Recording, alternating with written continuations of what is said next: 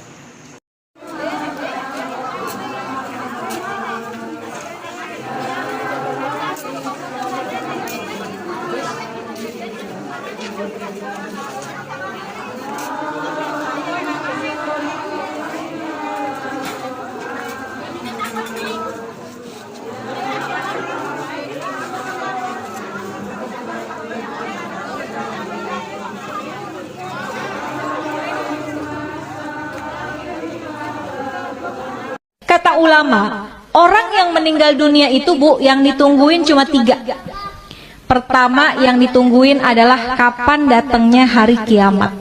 Tuh yang ditungguin sama yang udah meninggal dunia.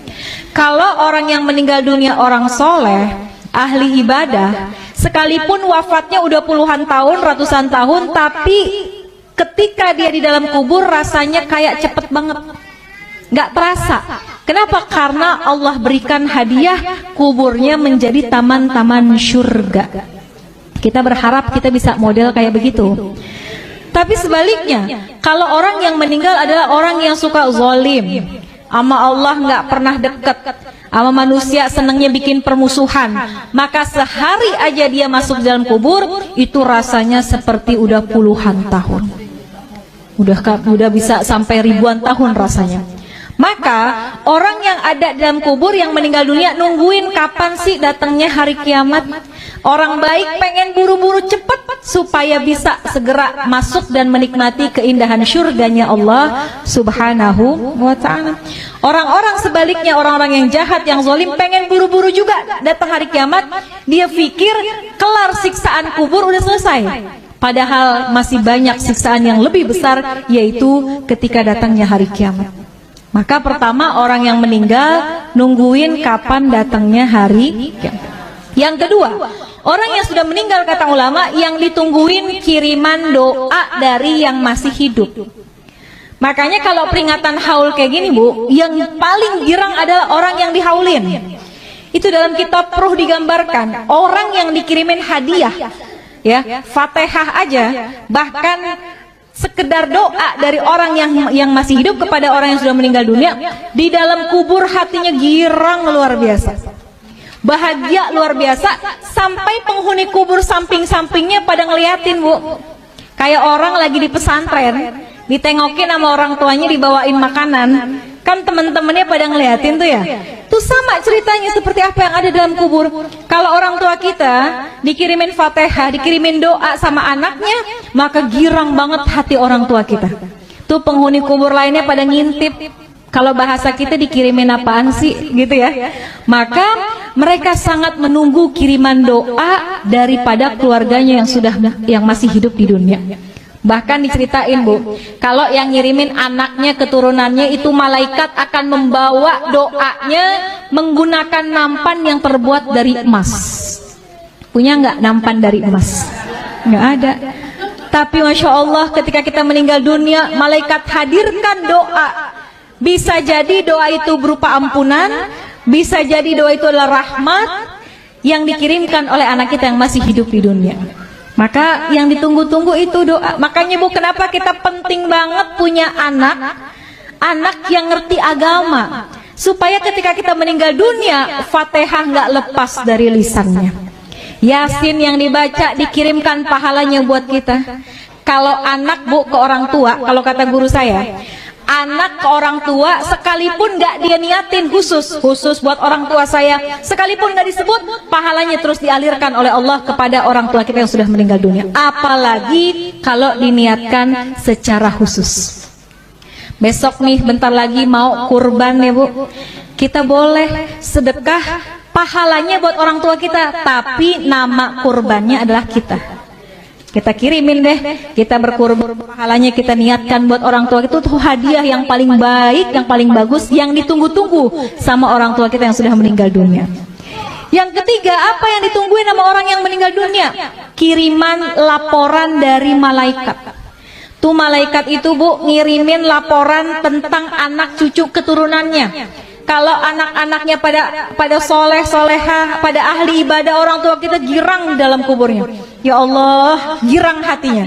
Tapi kalau yang disampaikan oleh malaikat, anak-anaknya pada berantem, anak-anaknya ninggalin sholat, anak-anaknya pada nggak akur satu sama lain, itu juga berita itu akan sampai kepada orang tua kita. Jangan jadi anak yang kurang ajar sama orang tua. Dari kecil, dari orok, dari pusar murung coplok di rumah orang tua. Disusoni nek duda susune mbokmu metu, nek duda susune mbokmu ra metu jadi tukokno susu sapi ning toko. Mising ning popok dijumputi wong tuamu diceboki. Waktu terkurang tua habis untuk anak, tapi begitu besar kasih orang tuamu kebebasan untuk bahagia. Jangan di saat orang tuamu tua kalian berebut warisan dari orang tua kamu, harta dari orang tua kamu perebutkan orang tuamu masih hidup. Berpikirlah bahagiakan orang tuamu. Orang tua nggak minta belas budi, tapi sebagai anak harus tahu diri. Bahagiakan orang tuamu. Kasih orang tua kamu bahagia. Kasih orang tuamu menikmati di hari tuanya yang dulu mudanya rekoso, jungkir balik megahe, tapi kasih menikmatinya. Jangan menghakimi orang tua, ini milikku, ini nanti aku, ini milikku. Janganlah jadi anak yang serakah dengan harta, karena itu gak akan menjamin kamu bahagia nanti.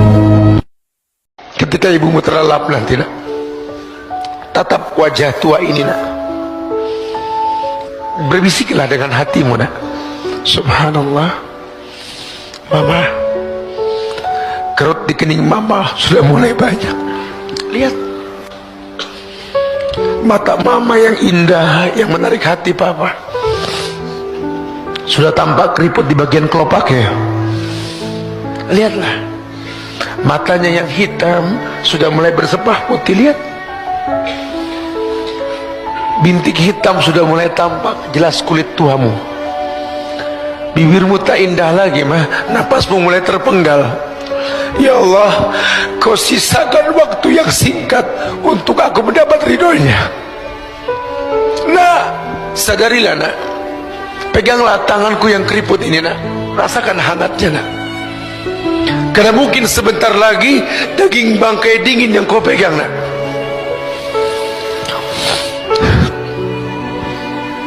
Kalau nanti aku sudah tiada nak,